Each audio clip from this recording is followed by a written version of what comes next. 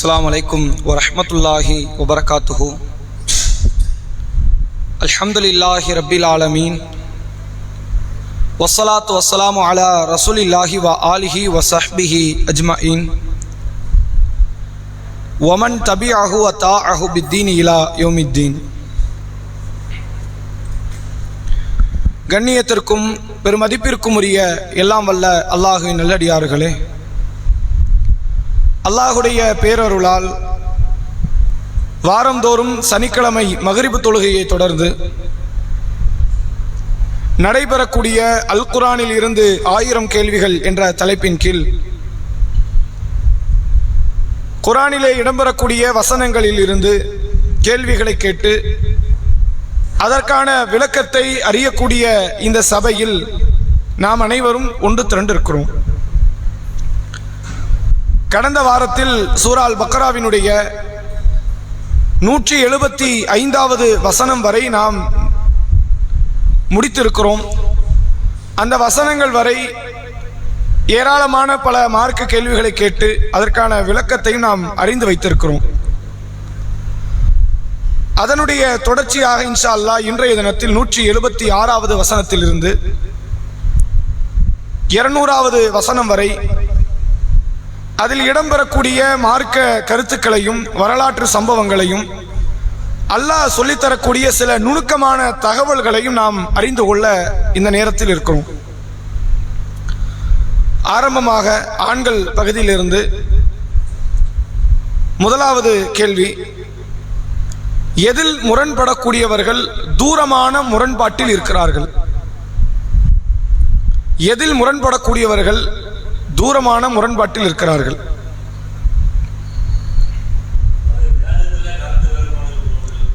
சரி, அவங்க தூரமான முரண்பாட்டில் இருக்கிறாங்க. பதில் சரி. அதனுடைய விளக்கம் என்ன?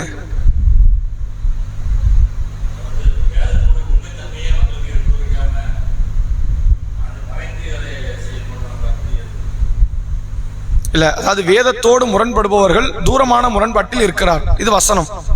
அதுல இருந்து அல்லாஹ் என்ன சொல்ல வரான் அப்படி ஏதாவது தெரிஞ்சா சொல்லுங்க. இது மேல அதிக தகவல் தான். பெண்கள்ல இருந்து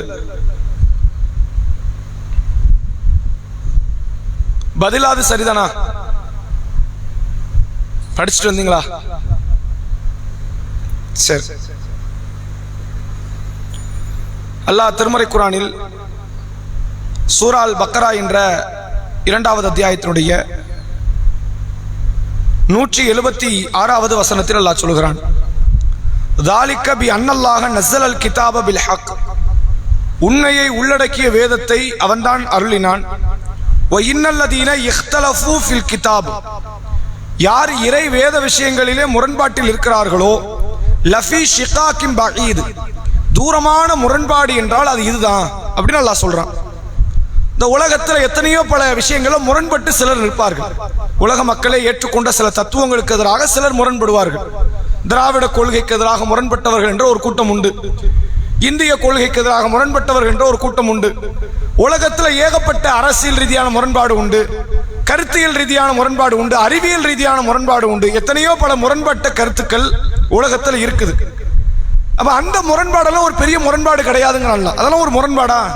ஒரு அரசியல் ரீதியா ஒருத்தர் முரண்பட்டு அது பெரிய முரண்பாடாங்கிறான். ஒருத்தர் அறிவியல் ரீதியா முரண்பட்டு நிற்கிறார், அது என்ன பெரிய முரண்பாடா? ஒரு காலத்துல நீங்க பாருங்க, பூமி உருண்டைன்னு ஒரு கூட்டம் சொல்லுச்சு, பூமி தட்டைன்னு ஒரு கூட்டம் சொல்லுச்சு, முரண்பட்டு நின்னார்கள். இதெல்லாம் ஒரு முரண்பாடு இல்லைங்கிறான். இதெல்லாம் என்ன முரண்பாடு? அவன் பார்த்ததை வைத்து அவன் புரிந்து கொள்ளக்கூடிய கருத்தை அவன் நிற்கிறான், அது எப்படி முரண்பாடாகும்? உண்மையான முரண்பாடு எது தெரியுமா? நான் ஒரு வேத செய்தியை ஒன்று சொல்லி இருக்கிறேன், இப்படித்தான் வாழணும், இப்படித்தான் இருக்கணும், இதைத்தான் நம்பணும், இதை நம்ப கூடாது என்று நான் வேத கருத்துக்களை கொடுத்திருக்கும் போது எனக்கு இது ஒத்து வராது என்று இதுக்கு எதிராக எவன் பேசுகிறானோ, இதுக்கு எதிராக எவன் முரண்பட்டு இருக்கிறானோ, தூரமான முரண்பாடு என்பது அதுதான் என்று அல்லாஹ் சொல்றான். உலக ரீதியான தத்துவ ரீதியான முரண்பாடுகள் ஒரு முரண்பாடு இல்லை. அவன் முரண்படுறான், முரண்படாம போறான். ஒருவேளை முரண்பட்டவன் சரியான கருத்துல கூட இருக்கலாம். வேத விஷயத்துல ஒருத்தன் முரண்படுகிறான் என்றால் உண்மையான வழிகேடு, உண்மையான முரண்பாடு என்பது இங்கதான் இருக்குதுங்கிறான். ரசூலுல்லாஹ்வுடைய காலத்தில் இந்த வேத விஷயத்தில் முரண்பட்டவர்கள் யார்? யூதர்கள், கிறிஸ்துவர்கள். வேதம் கொடுக்கப்பட்டவர்கள் அவங்க தான் வேதத்தில் முரண்பட்டாங்க. நீங்க பார்க்கலாம், மக்கா காஃபிர்கள் இருக்கிறாங்களா, அவங்களும் முரண்பட்டாங்க. வேதத்தோடலாம் அவனுக்கு முரண்பாடு கிடையாது, அவன் வேதமே இல்லைங்கிறான். அல்லாஹ் எந்த வேதத்தையும் அருளவில்லை, அல்லாஹ் எதையும் மக்கள்கிட்ட சொல்லி தரல, அல்லாவே கிடையாதுன்னு கூட சொல்லுவதற்கு தயாராக இருந்தார்கள். வேதத்தோடு முரண்பட்டவர்கள், வேதம் கொடுக்கப்பட்டவங்க, அவங்க என்ன சொன்னாங்க? எங்க வேதத்தை நாங்க ஏற்போம், உங்கள் வேதத்தை நாங்கள் ஏற்க மாட்டோம்.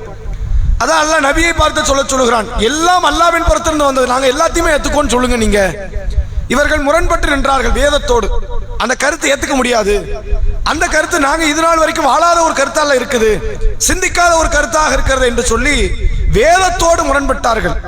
இது அரசியலோடு ஆன்மீக கருத்தோடு வேற வேற கருத்தோடு முரண்படுவதை விட வேதத்தோடு முரண்படுவது என்பது தூரமான முரண்பாடு, தூரமான வழிகேடு என்பதை பக்கரா என்ற 2வது அத்தியாயம் 176வது வசனத்தில் அல்லாஹ் ரப்புல் ஆலமீன் சொல்லக்கூடியதை பார்க்க முடியுது. அடுத்த கேள்வி பெண்களுக்கு, எது நன்மை, எது நன்மை? இந்த நீங்க படிச்ச இந்த 176ல இருந்து 200க்குள்ள இதுதான் நன்மைன்னு அல்லாஹ் சொல்றான். எது நன்மை ஆண்கள்ல?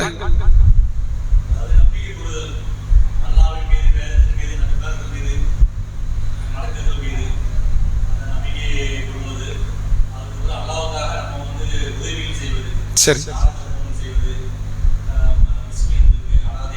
சரி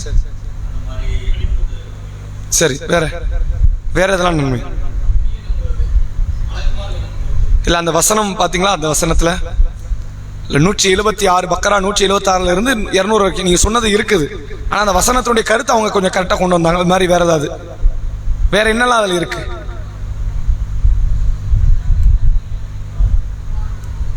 சரி, நம்பிக்கை அவங்க சொல்லிட்டாங்க, அவங்களும் சொன்னாங்க, இன்னொரு சகோதரன் சொல்லிட்டாங்க, சில செயல்பாடுகளையும் சொன்னாங்க. இது தவிர்த்து அவங்க சில சொல்லல.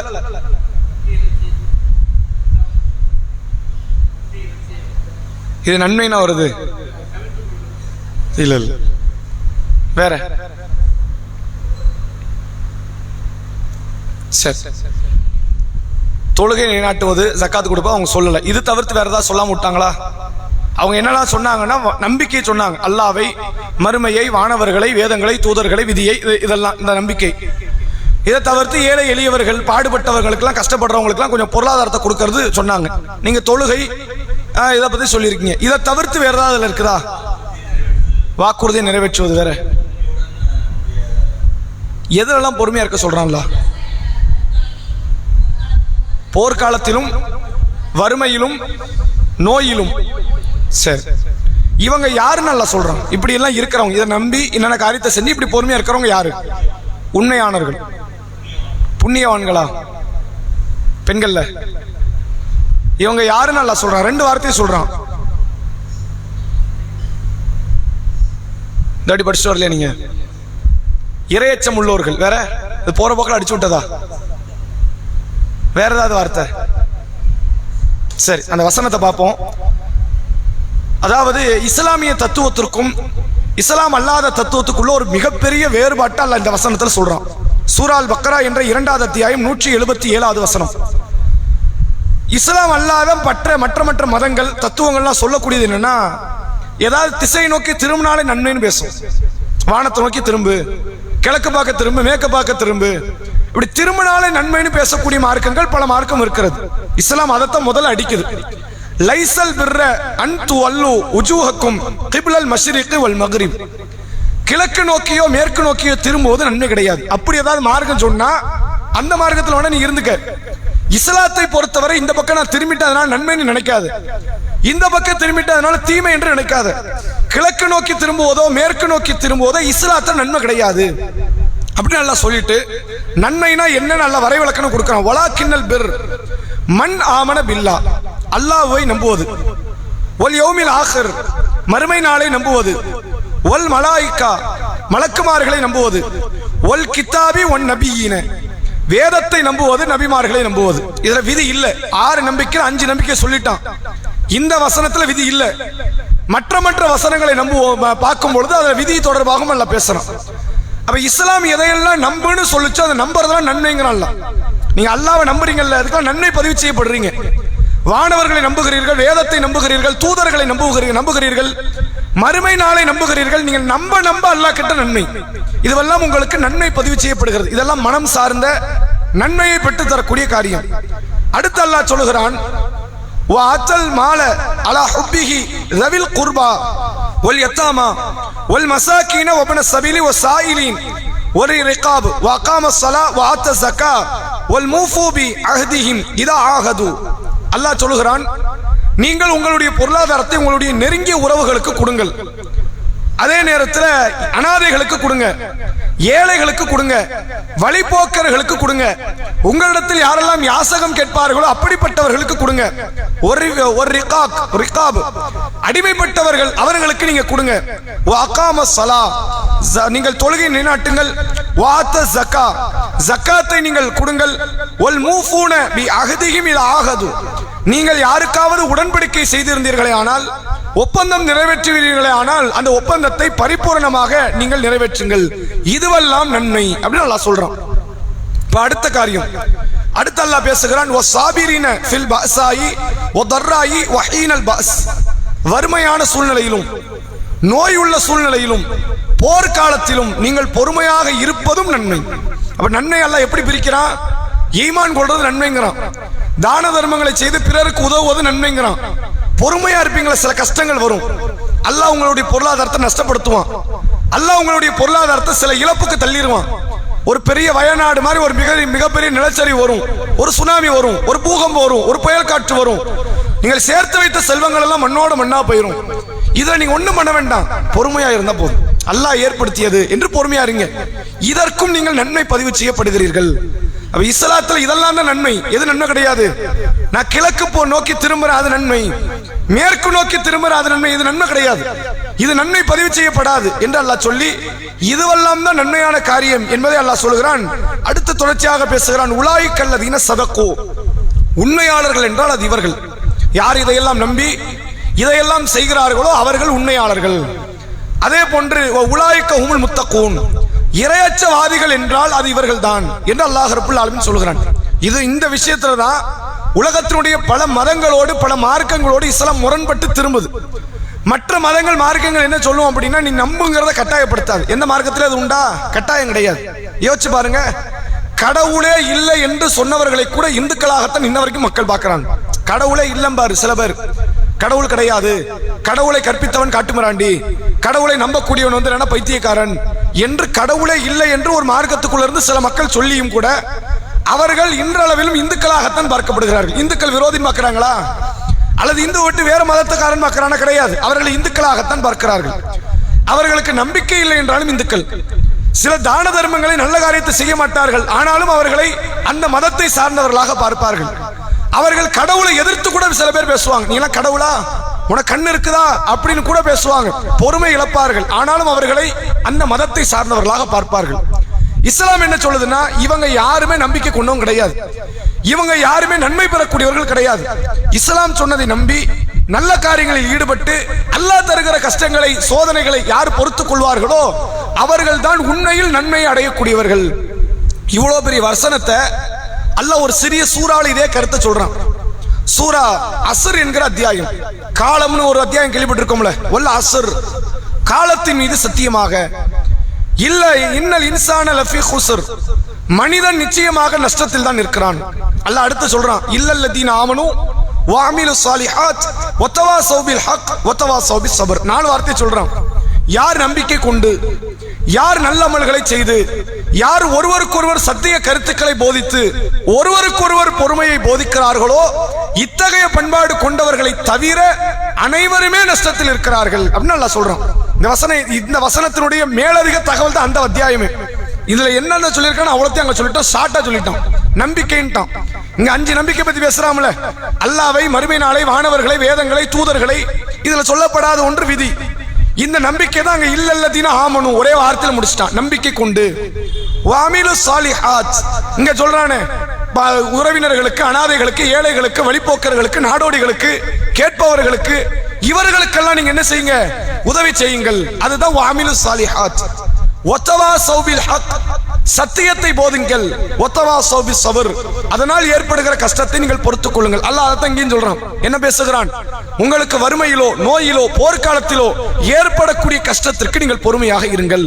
இப்படி யார் இருக்கிறார்களோ அந்த அத்தியாயத்தில் பேசுறான், இவர்களை தவிர அனைவரும் நஷ்டவாளிகள். இங்க என்ன சொல்றான்? இப்படி யாரெல்லாம் இருக்கிறார்களோ இவர்கள் தான் உண்மையாளர்கள், இவர்கள் தான் இறையற்றவாதிகள், இவர்கள் தான் நன்மை அடைவார்கள் என்பதை அல்லாஹ் இந்த வசனத்தின் வாயிலாக சொல்லித் தருவதை நம்மால் புரிந்து கொள்ள முடிகிறது. அடுத்த கேள்வி ஆண்களுக்கு, எதில் வாழ்வு இருக்கிறது? இதே அந்த 25 வசனத்துல அல்லாஹ் சொல்றான், இதுல வாழ்வு இருக்கு, வாழ்க்கை இருக்குங்கிறான்ல. எதுல வாழ்க்கை இருக்கு? கொலைக்கு பகரம் பழி வாங்குவதில் வாழ்வு இருக்கிறது. சரியான பதில். அதுல இருந்து என்ன புரிந்து கொள்ளலாம்? மேலதிக தகவல்.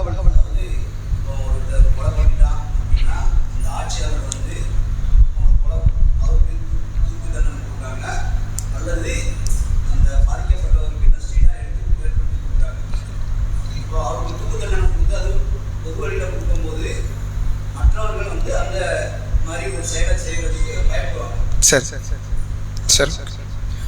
அதாவது அல்லாஹ் திருமறை குர்ஆனில் சூரா அல் பக்ரா 2வது அத்தியாயம் 179வது வசனம் அல்லாஹ் சொல்கிறான், வலக்கும் ஃபில் கிஸாஸி ஹயாத்.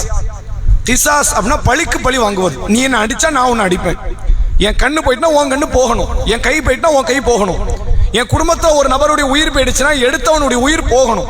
அதுக்கு பிறகு கிஸாஸ் என்று அரபியில் சொல்வார்கள், பழிக்கு பழி வாங்குவது. அல்லாஹ் சொல்கிறான், வலக்கும் ஃபில் கிஸாஸி ஹயாத். பழிக்கு பழி வாங்குவதில் உங்களுக்கு வாழ்வு இருக்கிறது. அந்த ஹயாத்தே அங்கதான் இருக்குங்கிறான்ல. இது உலகளாவிய மிகப்பெரிய தத்துவத்தை அல்லாஹ் இந்த வசனத்தின் வாயிலாக சொல்லித் தருகிறான். உலகத்தில் இந்த தத்துவத்தை இன்ன வரைக்கும் 21ஆம் நூற்றாண்டுகளில் வாழ்ந்து கொண்டிருக்கக்கூடிய 20ஆம் நூற்றாண்டுகளில் வாழ்ந்து கொண்டிருக்கக்கூடிய இந்த நேரத்தில் கூட பல மக்கள் இந்த சிந்தனையில கிடையாது, யாருமே அதை ஏற்றுக்கொள்ளக்கூடிய இடத்துல கிடையாது. என்ன சிந்தனையில் இருக்கிறாங்க அப்படின்னா, ஒருத்தன் கொலையே செய்து விட்டால் கூட அவனை மன்னிச்சு விடணும். அதுதான் ஹியூமன் ரைட்ஸ் கமிஷன் அப்படின்னு சொல்லுவாங்க, மனித உரிமை ஆணையம். உலகத்துல எல்லா நாட்டுக்குள்ளேயும் உங்க தலையிடுவாங்க, யாரையும் கொன்றாதீங்க, விட்டுருங்க. 100 கொலை ஒருத்தன் பண்ணியிருப்பான், அவனை சிறைச்சாலையில போட்டிருப்பாங்க.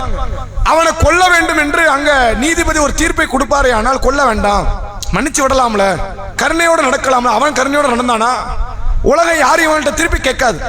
அவன் கருணையோட நடக்க மாட்டான், 100 கொலையை பண்ணுவான். இவனுக்கு என்ன பண்ணணுமா? உலக மக்கள்லாம் சேர்ந்து கருணையோட நடந்து அவனை நீங்க விடுவிச்சிருங்க என்று இந்த கூட்டம் உலகம் முழுக்க போய் ஒவ்வொரு இடத்துல போய் இந்த பிரச்சாரத்தை முன்னெடுத்து வைப்பார்கள். ஐநா சபையின் மூலமாக நேரடியாக இயங்கக்கூடிய ஒரு கூட்டம், மனித உரிமை ஆணையம் என்று அவர்களுக்கு ஒரு கூட்டம் இருக்கிறது. அப்ப மக்கள் மத்தியில் என்ன பிரச்சாரம் செய்யப்படுதுன்னா, யாரு எவ்வளவு பெரிய கொலை பண்ணாலும், எவ்வளவு அட்டுழியம் பண்ணாலும், எவ்வளவு அராஜகம் பண்ணாலும் அவனை விட்டுருங்க, மன்னிச்சு விட்டுருங்க அப்படிங்கிற ஒரு சிந்தனை வந்து மக்கள் மத்தியில் பரப்பப்படுது. இஸ்லாம் இதுக்கு எதிராக 1400 வருஷத்துக்கு முன்னாடி ஒரு தத்துவத்தை நிலைநாட்டுகிறது, வலக்கும் ஃபில் கிஸாஸி ஹயாத். பழிக்கு பழி வாங்குங்கள், அதில் தான் வாழ்க்கை இருக்கிறது. அதுல தான் எங்க இருக்கு உயிரே இருக்கிறது, அங்கதான். 4 கொலை ஒருத்தன் பண்றான், நீங்க அவனை விட்டுட்டீங்க அப்படின்னா அடுத்து எல்லாருக்கும் என்ன சிந்தனை வரும் தெரியுமா? கொலை பண்ணுனா விட்டுருவாங்க, இங்க என்ன கிடையாது, தண்டனை கிடையாது, துணிஞ்சு யாரையும் கொள்ளலாம் என்ற சிந்தனையை நீங்கள் மக்கள் மத்தியில் பிரச்சாரத்தின் மூலமாக இல்லாமல் இந்த செயல் மூலமாக நீங்கள் பரப்புகிறீர்கள். இதைத்தான் நீங்க விதைக்கிறீங்க பிள்ளைங்கள்ட்ட. அடுத்த கட்ட தலைமுறைக்கு என்ன சொல்றீங்க? கொலை பண்ணலாம், கொள்ளை அடிக்கலாம், திருடலாம், ஏமாத்தலாம், கற்பழிக்கலாம், எவனும் ஒண்ணும் பண்ண முடியாது, என்ன நாள் நடக்கட்டும். இந்த சிந்தனையை நீங்கள் ஊட்டுவதுதான் அடுத்த கட்ட குற்றங்கள் அதிகரிப்பதற்கு வழிவகை செய்கிறது. நீ பார்க்கலாம், 2014 சென்னையில ஓடுற பஸ்ல நிர்பயான ஒரு பிள்ளையை வந்து கற்பழிச்சாங்க. டெல்லியில் ஓடுகிற ஒரு பேருந்தில் நிர்பயா என்ற ஒரு பிள்ளையை வந்து ஒரு 19 வயதை நிரம்பிய ஒரு கல்லூரி படிக்கக்கூடிய ஒரு பெண்ணை கற்பழித்து கொலை செய்கிறார்கள். கொலை செய்த ஒரு 4 பேர். அதுல ஒருத்த வந்து மைனர், 18 வயதுக்கு கீழே உள்ளவன், 17 வயது அவன் அடைஞ்சிருக்கிறான். அவனும் கற்பழித்தான் என்று அவனை கொண்டு போய் எங்க போடுறாங்க? சிறுவர் சீர்திருத்த பள்ளியில போடுறாங்க. அவன் 1 ஆண்டு 1.5 ஆண்டு அது சில ஆண்டுகள் கடக்கிறான். கையில ஒரு தையல் மிஷினை கொடுத்தாச்சு, 10,000 கொடுத்து வெளியே நிட்டாங்க. நீ நல்லபடியா வாழ்ந்துக்க. இவன் செஞ்ச காரியம் சாதாரண காரியம் கிடையாது. ஒரு பெண்ணுடைய உயிரையும் எடுத்திருக்கிறான், ஒரு பெண்ணுடைய கற்பையும் பறிச்சிருக்கிறான். அவ்வளவு பெரிய கொடூர செயலை செய்தவனை சமூகம் எப்படி பார்க்குது? சிறுவன், ஏதோ அறியாத பிள்ளை தெரியாம பண்ணிட்டான், அவனை விட்டுறலாம்ல.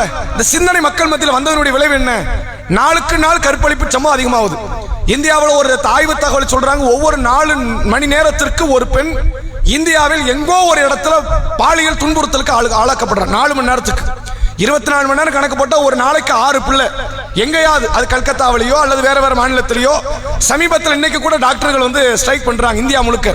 கல்கத்தாவில் ஒரு பயிற்சியில இருக்கக்கூடிய ஒரு பெண் மருத்துவரை வந்து கற்பழித்து விட்டார் என்ற ஒரு காரணத்திற்காக வந்து இந்தியா முழுக்க இன்றைக்கு மருத்துவர்கள் ஸ்ட்ரைக்ல இருக்கிறாங்கிற தகவல் நம்ம கேள்விப்படுறோம்.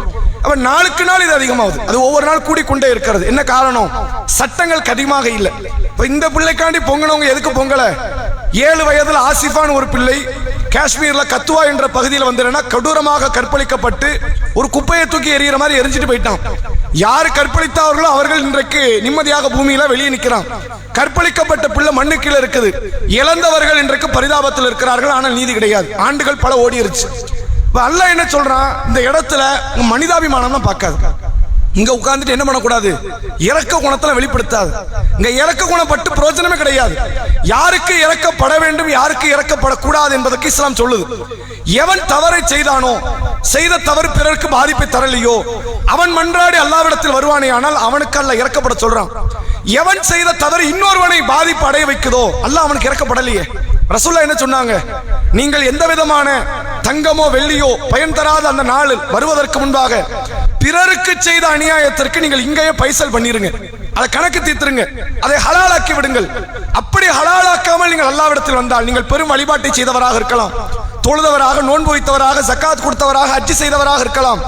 நாளை மறுமையில் அப்படிப்பட்ட சொர்க்கம் செல்வதற்கு தகுதி படைத்த ஒருவர் சொர்க்கம் செல்லுகிற நேரத்தில் ஒரு கூட்டம் வந்து வழிமறிக்கும். யா அல்லாஹ், யார் சொர்க்கம் போறான் தெரியுதா? என் ரத்தத்தை ஓட்டினவன், என்னை புறம் பேசியவன், என்னை அவதூறு பேசியவன், என்னை குறை சொன்னவன், என்னுடைய சொத்துக்களை எல்லாம் களவாடியவன், திருடியவன், அபகரித்தவன், இவன் சொர்க்கம் போகலாமா என்று அல்லாஹ்விடத்தில் அவர்கள் முறையிடும் பொழுது அவர்களிடத்திலிருந்து நன்மைகள் பறிக்கப்படும், இவர்களிடத்திலிருந்து பாவங்கள் பறிக்கப்படும், பரிமாற்றப்படும். நன்மையோடு வந்தவர் பாவத்தோடு நரகம் செல்கிறார், அநீதி இழைக்கப்பட்டவர் நன்மைகளோடு சொர்க்கம் செல்கிறார் என்று அல்லாஹ்வுடைய தூதர் அவர்கள் இந்த வரைவிலக்கணத்தை சொல்லித் தராங்க. அல்லாஹ் மறுமை நாள்ல எவ்வளவோ அடியார்களுக்கு அல்லாஹ் கருணைப்படுகிறான். இந்த அடியார்களுக்கு கருணைப்பட மாட்டான். ஏன் கருணைப்படல? இது தன்னை தாண்டிய மீறிய பிறருக்கு செய்யக்கூடிய அநியாயம். அல்லாஹ் உலகத்தில் சொன்ன அதே சட்டத்திட்டத்தை இங்கேயும் சொல்றான். சூரா நூர் என்ற 24வது அத்தியாயம் 2வது வசனம் அல்லாஹ் சொல்கிறான், வஸானியத்து வஸானி ஃபஜ்லிது குல்ல வாஹிது மின்ஹுமா மியத்த ஜல்தா. விபச்சாரம் செய்தது பெண்ணாக இருந்தாலும் சரி, ஆணாக இருந்தாலும் சரி, அவர்கள் ஒவ்வொருவரையும் 100 கசையடி நீங்கள் கொடுங்கள். சொல்லும் போது அல்லாஹ் சொல்கிறான், இவர்கள் பொதுவெளியில் மக்களுடைய பார்வையில் இறை நம்பிக்கை கொண்டவர்கள் ஒரு கூட்டம் பார்க்கிற நேரத்தில் இந்த தண்டனை கொடுக்கணும். யார் தண்டனை தருகிறார்களோ, கசை எடுத்து அடிக்கிறானே, அடிப்பவனுக்கு கடுகளவு இரக்கம் அவர்கள் மீது வந்துடக்கூடாது. ஐயோ பாவமாச்ச, இந்த பொம்பளைக்கு ஒரு 16 வயசு தானே இருக்கும், இவனுக்கு என்ன ஒரு 15 வயசு தானே இருக்கும், ஏதோ தெரியாம விபச்சாரம் பண்ணிட்டான், இவனை விட்டுறலாமே. இந்த கருணை உள்ளம் படுறவன் இங்க வந்து தண்டனை கொடுக்காது. எவனுக்கு இவர்கள் மீது கருணையே கிடையாதோ அவர்கள் மட்டும் தண்டனை கொடுக்கட்டும் என்று அல்லாஹ் ரப்பல் ஆலமீன் சொல்கிறான். இரக்கமே படாதங்கிறான். திருட்டுங்கிற குற்றத்தை பற்றி அல்லாஹ் மாயிதா என்ற 5வது அத்தியாயம் 38வது வசனத்தில் சொல்கிறான், வஸாரிகத்து வஸாரிகு வஸாரிகத்து. திருடியவன் ஆணாக இருந்தாலும் சரி, பெண்ணாக இருந்தாலும் சரி, ஃபக்தவு ஐதியஹுமா, கைகளை துண்டாக வெட்டி எடுத்து விடுங்கள். அவன் எடுத்தது ஒரு 10,000 அமௌண்ட் இருக்கும். 10,000 இல்ல 10 லட்சம் போட்டாலும் திரும்பி கை வருமா? அவன் எடுத்தது 10,000ங்க. ஒருத்தன் பொருளாதார திருடிட்டான். அல்லாஹ் என்ன சட்டம் போடுறான்? திருடுறவனுக்கு கையை வெட்டிருங்கிறான். 10,000 இல்ல 10 லட்சமே கொடுத்தாலும் போன கை திரும்பி வருமா? ஆனா அல்லாஹ் கையை தான் வெட்டுங்கிறான். எதுக்கு இந்த கையை வெட்டணுமா? அவன் செய்த வேலைக்கான கூலியும். இது அல்லாஹ்வுடைய தண்டனை. இப்படிதான் பண்ணணும். இப்படி பண்ணினா இன்றைக்கு மனித உரிமை ஆணையம் பேசும். கையை வெட்டுறது காட்டு மிராண்டித்தனம் இல்லையா? அப்ப பணத்தை எடுக்கிறது மட்டும் அது மனிதாபிமான தன்மையா? அவன் பொருளாதாரத்தை திருடிட்டு போயிருவான். ஒவ்வொருத்தருடைய சூழ்நிலை என்ன தெரியுமா? எத்தனை பேருடைய திருட்டின் காரணமாக பல திருமணங்கள் நின்றிருக்கிறது, பலருடைய கல்வி பறிக்கப்பட்டிருக்கிறது, பலருடைய மருத்துவ தேவை பூர்த்தி செய்யப்படாமல் இருந்திருக்கிறது, பலரும் மரணத்தை அடைந்திருக்கிறார்கள். திருட்டு சாதாரண காரியமா? மிக கொடூரமான காரியம். அடுத்தவனுடைய உரிமை பறிக்கிறது. பொருளாதாரம் போயிடுச்சுங்கிற வேட்கையில தூக்கிட்டு தற்கொலை கொண்டு செய்த ஒன்றவர்கள் ஆயிரக்கணக்கான பேர் சமுதாயத்தை காட்டலாம். அவ்வளவு பேர் இருக்கிறான். அப்ப எந்த ஒரு காரியமே மனிதாபிமானமற்ற முறையில் அவன் நடக்கிறான். அவன் மேல நீ ஏன் இறக்கப்படுற? இறக்கப்பட என்ன அவசியம் இருந்துச்சு? அவன் இறக்கத்தோட நடந்தானா? அவன் திருடும் போது இறக்க இருந்துச்சா? அவன் கொலை பண்ணும் போது இறக்க இருந்துச்சா? அடுத்தவன் கையை காலை உடைக்கும் போது கண்ணை நோண்டி எடுக்கும் போது அவனுக்கு இறக்க இருந்துச்சா? அவனுக்கே இறக்கம் இல்லை, அவன் உனக்கு என்ன இறக்கம்? இறக்கமே படாத. அல்லாஹ் சொல்கிறான், வலக்கும் ஃபில் கிஸாஸி ஹயாத். பழிக்கு பழி வாங்குவதில் தான் உங்களுக்கு வாழ்க்கை இருக்கிறது. நீ செஞ்சு பாரு. சில பேர் சொல்லலாம், இப்படியே பண்ணிக்கிட்டு இருந்தா ஊர்ல யாருமே இருக்க மாட்டாங்க. அப்படிலாம் ஒண்ணும் கிடையாது. இந்த சட்டம் நடைமுறைப்படுத்தப்படுமே ஆனால், அன்னைக்கு நிர்பயாக்கு நடந்திருந்தா, அன்னைக்கு ஆசிஃபாக்கு இந்த சட்டம் நிலைநாட்டப்பட்டிருந்தா, இன்னைக்கு கல்கத்தால இந்த பிள்ளை கற்பழிக்கப்பட்டிருக்காது. இதான் உண்மை. அது எப்படி சட்டம் நடக்க நடந்துகிட்டே இருக்குமா? பிரச்சனைகள் கூடுமா? கூட போறது கிடையாது. அப்ப அல்லாஹ் ரப்பல் ஆலமீன் சொல்கிறான், யாராக இருந்தாலும் சரி சட்டத்துல கொஞ்சம் கடுமையை காட்டணும். கடுமையான முறைகளை தான் அவர்களுக்கு தண்டனை கொடுக்க வேண்டும் என்பதை, இதுல வாழ்க்கை இருக்கிறது என்று அல்லாஹ் பேசுகிறான் என்றதை இந்த செய்தியை பார்க்க முடியுது.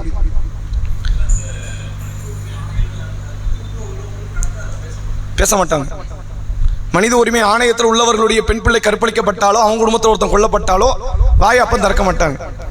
அடுத்த கேள்வி, பெண்களுக்கு எதை அல்லாஹ் எளிதாக்கி உள்ளான்? பழிக்கு பழி வாங்கும் சட்டத்துல ஒரு இலகுவான சட்டத்தையும் அல்லாஹ் தந்திருக்கிறான். எதை எளிதாக்கி உள்ளான்? ஆண்கள்,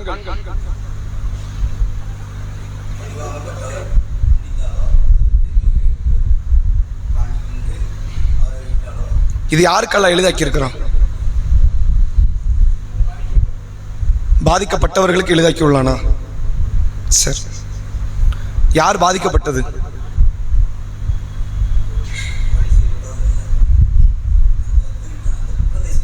செய்தவருக்கு எளிதாக்கி உள்ளான். அவருக்கு எளிதாக்க வேண்டிய அவசியம் என்ன வந்துச்சு? சரி, அல்லாஹ் திருக்குரானில் பக்ரா என்ற 2வது அத்தியாயம் 178வது வசனத்துல அல்லாஹ் பேசுறான், யா அய்யுஹல்லதீன ஆமனு, ஈமான் கொண்டோர்களே, குத்திப அலைக்குமுல் கிசாஸ் ஃபில் கத்லா, கொலைக்கு பகரமாக நீங்கள் பழிக்கு பழி வாங்குவது உங்கள் மீது கடமையாக்கப்பட்டிருக்கிறது. அல் ஹுர்ரு பில் ஹுர்ரி, சுதந்திரமானவனுக்கு பகரமாக சுதந்திரமானவன். ஒல் அபது பில் அபதி, அடிமைக்கு பகரமாக அடிமை.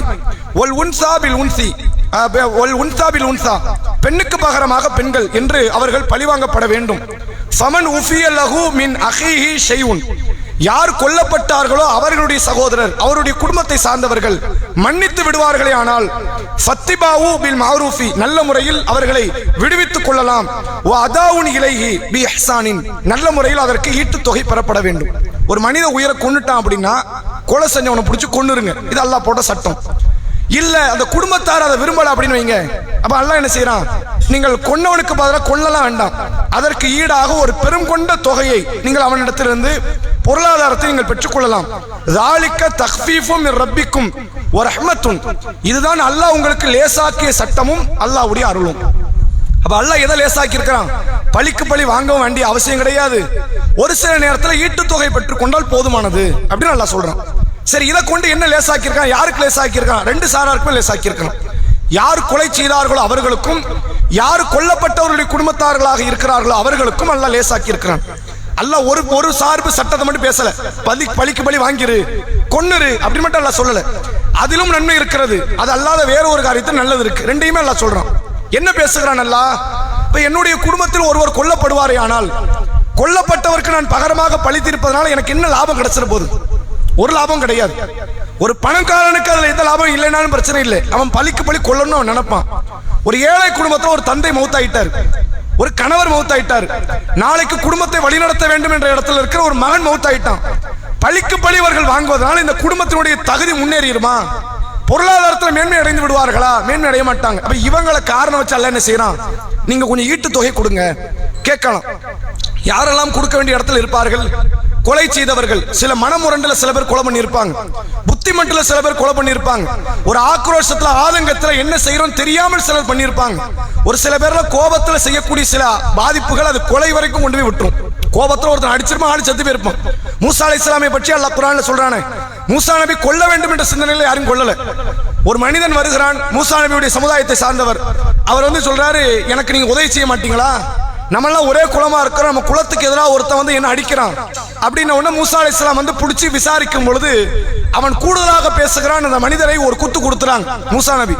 யார் குத்துப்பட்டானோ எதிர் சமுதாயத்தை சார்ந்தவன் இறந்து விட்டான். இவங்க கொல்லணுங்கிற எண்ணத்துல இவங்க அடிக்கல, அவன் செத்துட்டான். அப்ப உடனே மூசா அலைஹிஸ்ஸலாம் உணர்றாங்க, வந்தவன் நமக்கு பெரிய கேடு பண்ணிட்டான், இவன் ஆளை கூட்டு வந்து நம்மளை இப்படி பண்ணிட்டானே என்று பயந்து அல்லாஹ்விடத்தில் மன்னிப்பு தேடினார்கள் என்று பார்க்க முடிகிறது. அப்ப ஒரு சில கொலைகள் இருக்கிறது வேண்டுமென்றே நடந்ததாக இருக்கும், சில கொலைகள் இருக்கிறது சில ஆத்திரத்துல ஆதங்கத்துல, ஒரு சில பேர் வந்து நடத்தப்படுகிற சில தாக்குதல்ல ஒரு சில பேர் செத்து போயிருவாங்க. அப்ப இவர்கள் அதனால் கொல்லப்படுவார்களே ஆனால் இவங்க குடும்பத்தின் நிலைமை என்ன ஆகும்? பாதிக்கப்படும். அப்ப இஸ்லாம் வந்து இந்த சூழ்நிலையில் உள்ள மக்களையும் பார்த்து பேசுகிறது. கொலைக்கு பகரமாக கொலை என்பது ஒரு பக்கம் இருந்தாலும் ஈட்டுத்தொகை பெறப்படுவதை அல்லாஹ் உங்களுக்கு சட்டத்தில் எழுதாக்கி இருக்கிறான். சிலர்கிட்ட நீ ஈட்டுத்தொகை வாங்கலாம், அப்படி வாங்குவது சரிதான், அப்படி வாங்கிக் கொள்ளலாம் என்பதை அல்லாஹ் சட்டமாக்குகிறான். இப்ப இன்னை வரைக்கும் வந்து சவுதி அரேபியாவில் இந்த ஒரு நடைமுறை இருக்கிறது. இப்ப சமீபத்தில் நீங்க பார்க்கலாம், ஒரு சில ஆண்டுகளுக்கு முன்பாக மன்னர் குடும்பத்தில் உள்ள ஒரு நபர், மன்னர் குடும்பத்தினுடைய சார்ந்த ஒரு நபர் என்ன பண்றாருன்னா தன்னுடைய சக நண்பரை தோழரை கொன்னுறாரு, சுட்டு கொன்னுட்டார். அவர்கிட்ட கைத்துப்பாக்கி இருந்துச்சு, ரூம்ல நடந்த ஒரு சில தகராறு, கோபத்தில் என்ன பண்ணிட்டார், சுட்டு கொன்னுட்டார். கொன்னவரை கொண்டு போய் ஜெயில போட்டாங்க. பல ஆண்டுகள் அது வழக்கு நடந்துச்சு. வழக்கில் அன்னைக்கு தீர்ப்பு எப்படி சொல்லப்பட்டது, கொலைக்கு பகரம் கொலைதான். மேல்முறையீடெல்லாம் பண்ணாங்க, அப்படி இப்படி பேசினாங்க. அங்க ஓரளவுக்கு இஸ்லாமிய சட்டம் நிலைநாட்டப்படுவதனால கடைசியா சில வருஷத்துக்கு முன்னாடி கொண்டு வந்து தலையை வெட்டுறது கொண்டு வந்து நிறுத்தியாச்சு. நிறுத்தும் போது மன்னர் குடும்பத்தை சார்ந்த பல பேர் வந்து பல்லாயிரக்கணக்கான ரியால்களை, சொத்து பத்துகள், பத்திரத்தை எல்லாம் கொண்டு வந்து நிக்கிறான். எவன் கொல்லப்பட்டானோ அவன் குடும்பத்தார் முன்னாடி நீ எவ்வளவு நாள் கேளு, என் உயிர்காண்டி எதனால நாங்க தயாரா இருக்கோம், நீ ஏதாவது கேளு, நாங்க தந்துறோம். அல்லாஹ் அப்படி சொல்றான்ல. அதுக்கு வந்து அந்த அரசும் அனுமதி கொடுக்குது. நீங்க பேசி வாய்ப்பு இருந்தா பேசுங்க. அவன் ஒத்துக்கிட்டானா பணத்தை கொடுங்க, ஆளை கூட்டு போயிருங்க. அவன் ஒத்துக்கலைன்னா தலை துண்டாக்கப்படும். அப்படியே சொல்லப்படுகிறது. இவங்க கொண்டு வந்து பொருளாதாரத்தை கொடுக்குறாங்க, அவன் வாங்க மாட்டேங்கிறாங்க. எங்களுக்கு பணம் தேவையில்லை, நீ கொடுக்குற பணத்தை வச்சா வாழணும், எங்கள்கிட்ட போதுமான அளவுக்கு பணம் இருக்கு. அவன் எப்படி என் வீட்டில் உள்ள பிள்ளைய கொள்ளலாம், கொன்னதுக்கு பார்க்கணும் கொள்ளுவோன்னு அவன் நின்னான். அதே மாதிரி மன்னர் குடும்பத்தை சார்ந்த நபரை தலை துண்டாக்கப்பட்ட செய்தியை வந்து சமுதாய செய்திகள் இருந்து பெறப்படுது. இந்த மாதிரி ஏராளமான தகவல்கள், ஏராளமான செய்திகள் அந்த சவுதி மண்ணில் பழிக்கு பழி வாங்கக்கூடிய ரிஹானா என்ற பெண்ணுக்காக, ரிஹானா என்ற ஒரு பெண் வந்து இலங்கையில இருந்து ஒரு பெண் போய் அங்க சவுதி அரேபியால வேலை பார்க்கறாங்க. வேலை பார்க்கிற இடத்துல ஒரு பிள்ளை வந்து கொல்லப்படுது. ரிஹானாவினுடைய கழுத்தை துண்டாக்கிட்டாங்க. அதுக்கெல்லாம் தமிழ்நாட்டில் பெரிய அளவில் ஆக்ரோஷ குரல்லாம் எழுந்துச்சு. அந்த நேரத்தில் இந்த தமிழ்நாட்டினுடைய முதலமைச்சராக இருந்தவரெல்லாம் பெரிய அளவில் கட்டுரை எழுதி இதெல்லாம் மனிதாபிமான அற்ற செயல் என்று சொன்னார்கள். இலங்கையில இருந்து பேசினாங்க. ஆனா கொஞ்சம் யோசிச்சு பாருங்க, பழிக்கு பழி வாங்கக்கூடியதனால அங்க வந்து ஓரளவுக்கு மனிதாபிமானம் நிலைநாட்டப்படுகிறது. பழிக்கு பழி வாங்கப்படுவதனால அங்க மனித உரிமை காக்கப்படுகிறது. எப்ப நம்ம கருணை அடிப்படையில் ஒருவரை விடுவோமே ஆனால் அந்த இடத்துல என்ன மாறிடும், நம்மகிட்ட பணம் இருக்குது, நம்ம அதை கொண்டு வாழ்ந்துடலாம் என்ற சிந்தனை. சவுதியில உள்ளவர்களே, அதே அரபு பூர்வக்குடி மக்களாக இருப்பவர்களே பழிக்கு பழியை நோக்கித்தான் செல்கிறார்கள். அப்ப அல்லாஹ் திருக்குர்ஆனில் இந்த வசனத்தை பேசிவிட்டு அடுத்து சொல்கிறான், வலக்கும் ஃபில் கிஸாஸி ஹயாத், பழிக்கு பழி வாங்குவதில் தான் உங்களுக்கு வாழ்க்கை இருக்கிறது, ஹயாத் இருக்கிறது என்று அல்லாஹ் சொல்கிறான். இதுல இன்னொரு கூடுதலான கவனிக்க வேண்டிய ஒரு தகவல் உண்டு. இது யாரு செய்யலாம்? ஒரு நபர் கொல்லப்பட்டுட்டார், நம்ம குடும்பத்துல ஒரு நபர் கொல்லப்பட்டுட்டாருங்க, நாம போய் ஆயுதத்தை எடுத்து நிக்கலாமா, கொல்லலாமா? அதுக்கு கடுகளவு கூட அனுமதி இஸ்லாம் நமக்கு தரல. கொல்லக்கூடாது. யாரு கொல்லலாம்? ஆட்சியாளருடைய கட்டளையின் பேரால் அரசாங்கத்தின் மூலமாக கொல்லப்பட்டால் மட்டும்தான் அது கொலையாக, அது பழிக்கு பழி நடத்தப்பட்ட கொலையாக பார்க்கிறது. நீ என் குடும்பத்தை ஒருத்தனை கொண்டுட்ட, நானும் பகரமா கொள்றேன் அப்படின்னா அதோட நிக்காது, அது வாழையடி வாழையா தொடரும். ரசூலுல்லாஹ்வுடைய காலத்துல நடந்துச்சு. இன்னைக்கு கூட நீங்க சமுதாயத்தில் பார்க்கலாம். ஒரு சில வாரத்துக்கு முன்னாடி, ஒரு 2 மாசத்துக்கு முன்னாடி பாளையங்கோட்டையில வந்து வைர மாளிகைக்கு முன்னாடி ஒரு கொலை நடந்துச்சு. அந்த கொலை நேற்றுக்கு நடந்த, அன்னைக்கு நடந்த கொலையா 30 வருஷமா நடக்குது.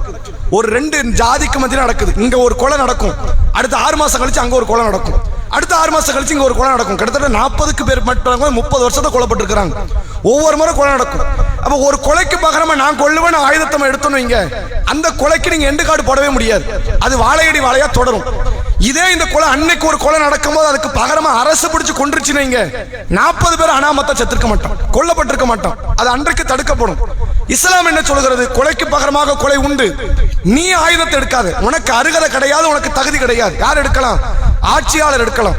ரசூலுல்லாஹ் 13 வருஷம் இருந்தாங்க மக்கால. ஒரு முறை ஆயுதத்தை தூக்கி இருப்பாங்களா? விளையாட்டுக்காக எடுத்திருப்பாங்களா? ரசூலுல்லாஹ் எடுக்கல. ரசூலுல்லாஹ்க்கு எடுக்க தெரியாமையா? எடுக்க அந்த மக்கள் ஆர்வப்படாமையா?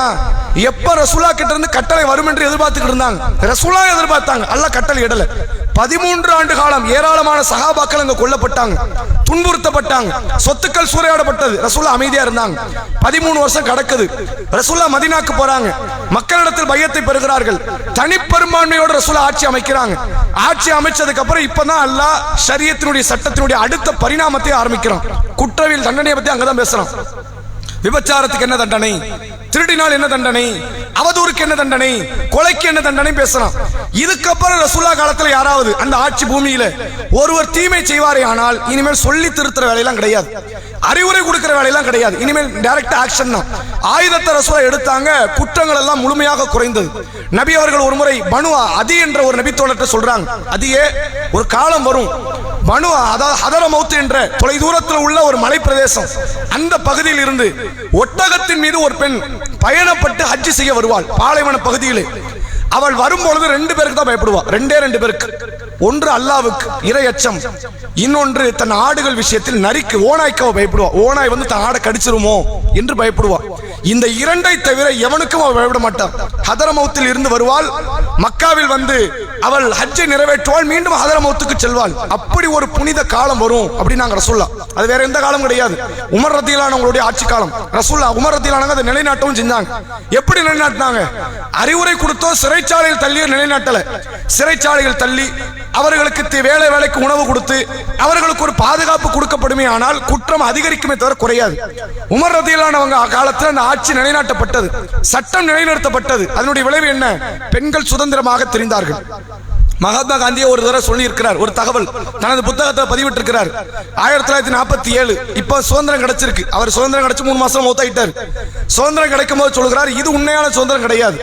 என்றைக்கு நகையோடு ஒரு பெண்மணி வெளியே புறப்பட்டு இரவு வேளையில போய் பொருளாதாரத்துக்கும் கற்புக்கும் பாதிப்பு இல்லாமல் மீண்டும் வீடு திரும்புகிறாளோ அதுதான் உண்மையான சுதந்திரம். அந்த சுதந்திரம் உமர் ரதியல்லாஹு கொடுத்தாங்க. குர்ஆனின் அடிப்படையில், நபிகளாருடைய பொன்மொழிகளின் அடிப்படையில் அந்த சுதந்திரம் கொடுக்கப்பட்டது. அந்த நிலையை நம்ம பார்க்க முடியுது. ஆனால் இப்ப இந்தியாவினுடைய நிலைமை என்ன? வெளிநாட்டில இருந்து ஒரு பொம்பளை வரா, பல நாடுகளை சுற்றுப்பயணம் மேற்கொள்றா. எவனை இவன் தீவிரவாதி என்று சொல்கிறான், அந்த ஆப்கானிஸ்தான்ல போறா, தாலிபான்களோடு நின்று செல்ஃபி எடுக்கிறா. எந்த விதமான பாலியல் துன்புறுத்தல்கள் பாதிப்பு இல்லை. அவர்கள் பாதுகாப்பாக அடுத்த நாட்டுக்கு அனுப்புறான், பாகிஸ்தான்கார அனுப்புறான். இந்தியாவுக்கு வந்தவுடன் கற்பழிக்கப்படுகிறாள் என்றால் இங்க வந்து என்ன நடக்கல? பழிக்கு பழி வாங்கக்கூடிய சட்டம் இல்லை. அதைத்தான் அல்லாஹ் சொல்கிறான், அந்த சட்டம் நிலைநாட்டப்படுமே ஆனால் மனிதர்களுடைய வாழ்க்கை இருக்கிறது என்பதை இந்த வசனத்தின் வாயிலாக நம்மால் புரிந்து கொள்ள முடிகிறது. அடுத்த கேள்வி, பெண்களுக்கு செல்வத்தை விட்டு செல்லக்கூடியவர்கள் மீது எது கடமை? வசியத் யாருக்கு செய்ய வேண்டும் என்று அல்லாஹ் சொல்றான்? புரியல. உறவினர்களுக்கும் வேற யாருக்கு செய்யலாம்? ஆண்கள் இருந்து. பொருளாதாரத்தை விட்டு செல்பவர்கள் மீது எது கடமை?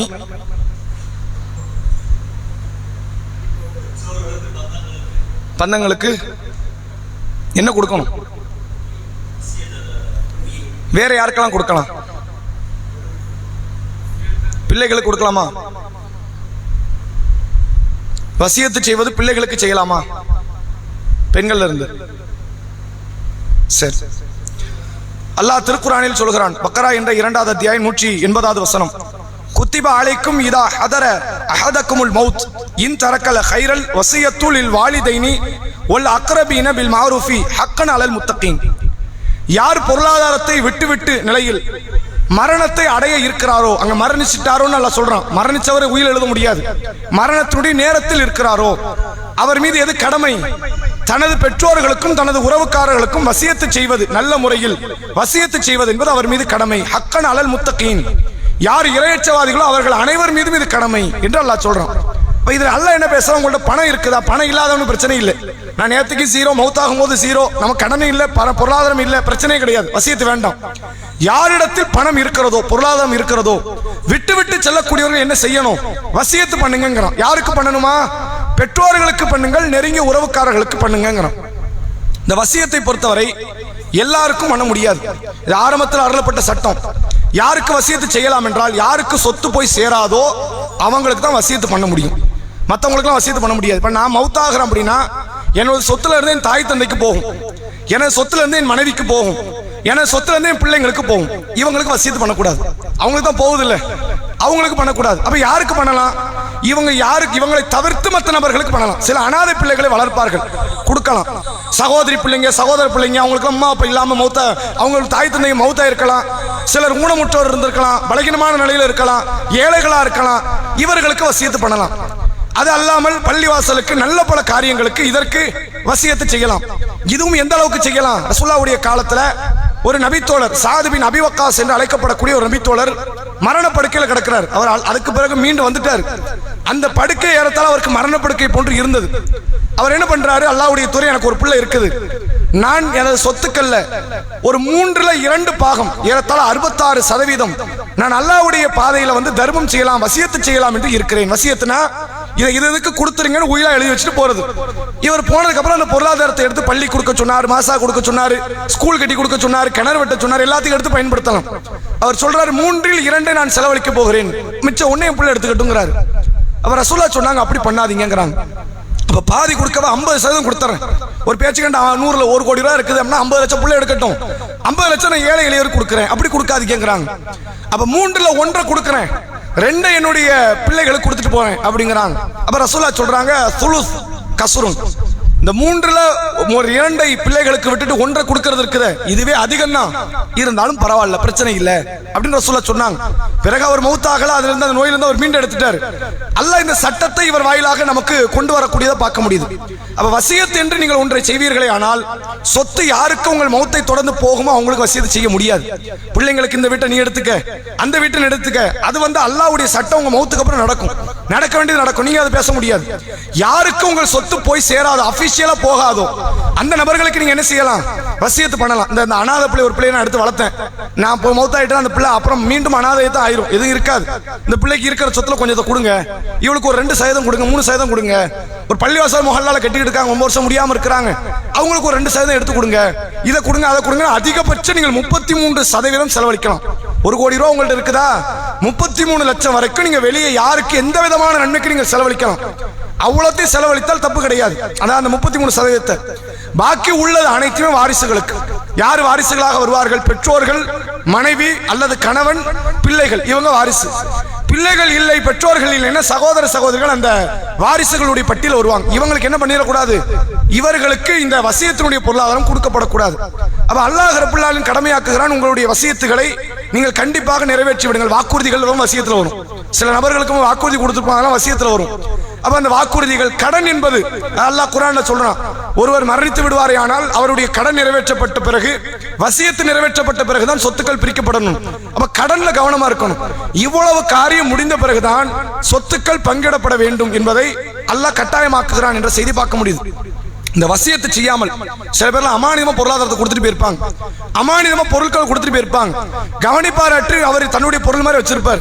பிள்ளைங்க என்ன பண்ணிடுவாங்க, மௌத்துக்கு அப்புறம் இதுவும் வாப்பா நமக்காண்டி சம்பாதிச்சேன்னு சொல்லி பங்கு பிரிச்சிருவாங்க. அல்லாட்ட இறந்த ஒரு பெரிய குற்றவாளியை மாறிடுவார். அதனால தான் ரசூலுல்லாஹ் சொல்றாங்க, எதையாவது அமானிதமாக பெற்றால், வாக்குறுதிகளை பெற்றுக்கொண்டால் அதையெல்லாம் எழுதி வச்சுக்கோங்க. வசியத்துகள் 2 இரவுகள் கூட கடக்கூடாது. 2 இரவுகள் கடப்பதற்கு முன்பாக இது யாருக்குரியது என்பதை பொறுப்பு ஒப்படைக்கப்படணும். ரசூலுல்லாஹ் ஒரு முறை அசர் தொழுகையில் நிக்கிறாங்க, அசர் தொழுது முடிக்கிறாங்க, உடனே எந்திரிச்சு டக்கு டக்குன்னு கிளம்புறாங்க. நபி என்னைக்குமே அப்படி போக மாட்டாங்க. ஒரு ஃபர்ல தொழுகை தொழுதா கொஞ்சம் ரசூலுல்லாஹ் அமர்ந்து zikruகளை துஆக்களை செய்வார்கள். ஆனா அன்னைக்கு வழக்கத்துக்கு மாற்றமாக உடனே வீட்டுக்கு போனாங்க.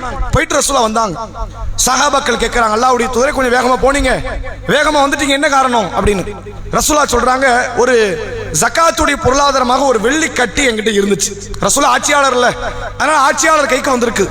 ஒருவேளை நான் மௌத்தாயிட்டோம்னா மனைவிமார்கள் என்ன நினைப்பாங்க, பிள்ளைங்க நினைப்பாங்க, இதெல்லாம் நம்ம தகப்பனார் நமக்கு, நான் ரசூலுல்லாஹ் சொத்து பிள்ளைங்க எடுக்க முடியாது, மனைவிமார்கள் எடுக்க வாய்ப்பு இருக்கு, தன்னுடைய வாழ்வாதாரத்துக்காக எடுத்துக்கொள்ளலாம், அந்த வாய்ப்பு இருக்கு. அப்ப மனைவிமார்கள் என்ன நினைச்சிருவாங்க, இது நம்ம கணவர் நமக்கு விட்டுட்டு போனது என்று பங்கு பிரித்து விட்டால் நிலைமை என்ன வருது. அதனால போய் நான் வேக வேகமாக போய் சொல்லிட்டு வந்தேன். அசர் தொழுகையிலே ரசூலுல்லாஹ் சிந்தனை வந்திருக்கு. இந்த வசியத்தை செய்வதற்கு நபி அவர்கள் போனார்கள் என்ற செய்தியை பார்க்க முடியுது. ரசூலுல்லாஹ் இதை கட்டாயமாக்குகிறார்கள். வசியத் என்பது கட்டாயமாக நிறைவேற்றப்பட வேண்டியது என்பதையும் சொல்லக்கூடியதை பார்க்க முடியுது. அடுத்த கேள்வி, ஆண்களுக்கு வசியத்தினுடைய சாட்சியாளர்கள் கடமை என்னென்ன? ஒருத்தர் வசியத்து பண்றாரு, இப்ப நான் பண்ற மௌத்துக்கு முன்னாடி என்றால் அதுக்கு சாட்சியாளராக சிலர் இருப்பாங்க. இவங்களுக்கு என்ன கடமை என்று அல்லாஹ் சொல்றான்.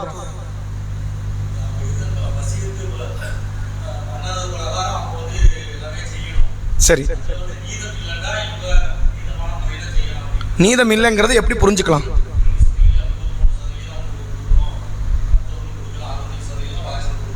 சரி, இது சரியான ஒரு பதில்.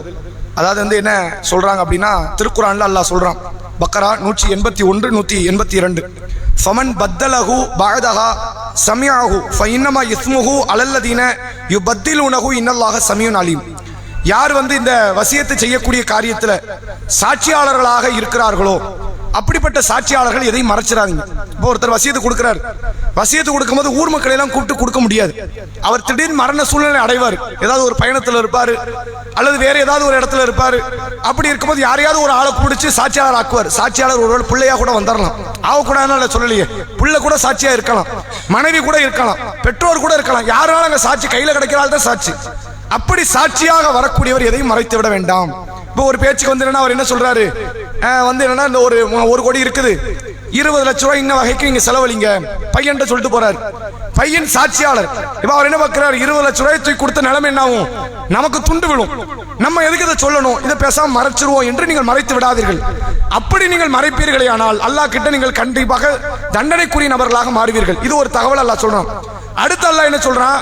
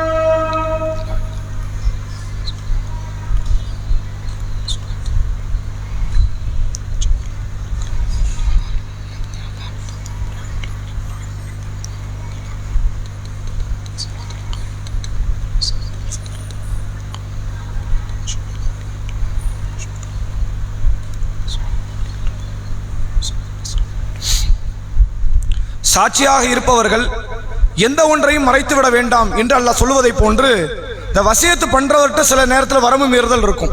அதாவது சமுதாயத்தில் நீங்க சில பேரை பார்க்கலாம், பிள்ளைங்க நம்மளை சரியா கவனிக்கல, என் பொம்பளை பிள்ளை எனக்கு சரியா மதிப்பு கொடுக்கல, என் பையன் எனக்கு மதிப்பு கொடுக்கல, அதனால என்ன செய்யறேன், என் சொத்துக்களை எல்லாம் தூக்கி நான் ஏழை எளியவர்களுக்கு அனாதைகளுக்கு வக்ஃபு போர்டுக்கு நான் கொடுக்குறேன். அப்படி முழு சொத்தை கொடுக்கக்கூடிய முன் வரக்கூடியவங்களும் உண்டு. அப்ப அல்லாஹ் அதுக்கும் சேர்த்து சொல்கிறான், ஃபமன் காஃப மின் மூசின் ஜனஃபன் அவ் இஸ்மன், நீதியற்ற தன்மையோ பாவத்தையோ வசியத்து செய்யக்கூடியவர் இருப்பதை சாட்சியாளர் உணர்வாரையானால் ஃபஅஸ்லஹ பைனஹும், அவர்களுக்கு மத்தியில் வந்து இணக்கத்தை ஏற்படுத்த சில வார்த்தைகளை பேசுவது ஃபலா இஸ்மா அலைஹி, அந்த சாட்சியாளர் மீது குற்றமில்லை. இப்ப நான் வசியத்து செய்றேன், பிள்ளைகள் மீது கொண்ட கோபத்தின் காரணமா சொத்துக்கள்லாம் பள்ளிவாசலுக்கு போட்டோம், மதரசாக்கு போட்டோம், வக்ஃபு போர்டுக்கு போட்டோம், என் பிள்ளைகளுக்கு எதுவுமே கொடுக்காதீங்க என்று வசியத்து செய்தால் இது பாவம். இப்படிப்பட்ட பாவத்தை ஒரு சாட்சியாளர் கேட்பாரே ஆனால் அப்ப சாட்சியாளர் உள்ள வரணும். உள்ள வந்து என்ன செய்யணும், இப்படி கொடுக்காதீங்க, இப்படி மார்க்கம் சொல்லல, குர்ஆன் இப்படி பேசல, ஹதீஸ் இப்படி சொல்லல, பிள்ளைகளை வெறுங்கையோட விட்டுட்டு போயிடாதீங்கன்னு சொன்னாங்க. அதிகபட்சம் 33% அவ்வளவுதான் நீங்க கொடுக்கலாம், அதை தாண்டி நீங்க கொடுக்க கூடாது என்று இவர் இடம் மறித்து பேசுவதற்கு இவருக்கு உரிமை இருக்கு. இவர் பேசலாம், இவர் மீது குற்றம் இல்லை என்று அல்லாஹ் ரப்பல் ஆலமீன் சொல்லக்கூடிய செய்தி பார்க்க முடியுது. வசியத்துக்கு மட்டுமே அல்ல, இப்படி பிராடா இவ்வளவு பெரிய அளவுல டீடைல்டா விளக்கம் கொடுக்கணும். மௌத்தாக கூடியவங்க வசியத்தை செஞ்சிருங்க, அந்த வசியத்தை செய்யக்கூடியவர்களுக்கு சாட்சியாளர் ஏற்படுத்துங்க, சாட்சியாளர் இதை மறைச்சிடாதீங்க. அதே நேரத்தில் வசியத்தை செய்யக்கூடியவர் வரம்பு மீறினால் பாவம் செய்வாராக இருந்தால் ஆனால் அந்த சாட்சியாளர் அவருக்கு அறிவுரை கொடுங்க, இணக்கத்தை ஏற்படுத்துங்கள் என்று அல்லாஹ் ரப்பல் ஆலமீன் சொல்லக்கூடிய வசனத்தை நம்மால பார்க்க முடிகிறது. இன்ஷா அல்லாஹ் அடுத்த வாரம் 180வது வசனத்தில் இருந்து அல்-பக்ரா 180வது வசனத்திலிருந்து 210வது வசனம் 30 வசனங்கள் பார்த்துட்டு வாங்க. இன்ஷா அல்லாஹ் இன்றைய தினத்தில் இந்த நிகழ்ச்சி நிறைவு செய்கிறோம். நாளைய தினத்தில் கேள்வி பதில் நிகழ்ச்சி நடைபெறும் என்பதை சொல்லிக்கிறோம். இஷாவுடைய ஜமாத் வந்து 8:06. அஸ்ஸலாமு அலைக்கும் வரஹ்மத்துல்லாஹி வபரகாத்துஹு.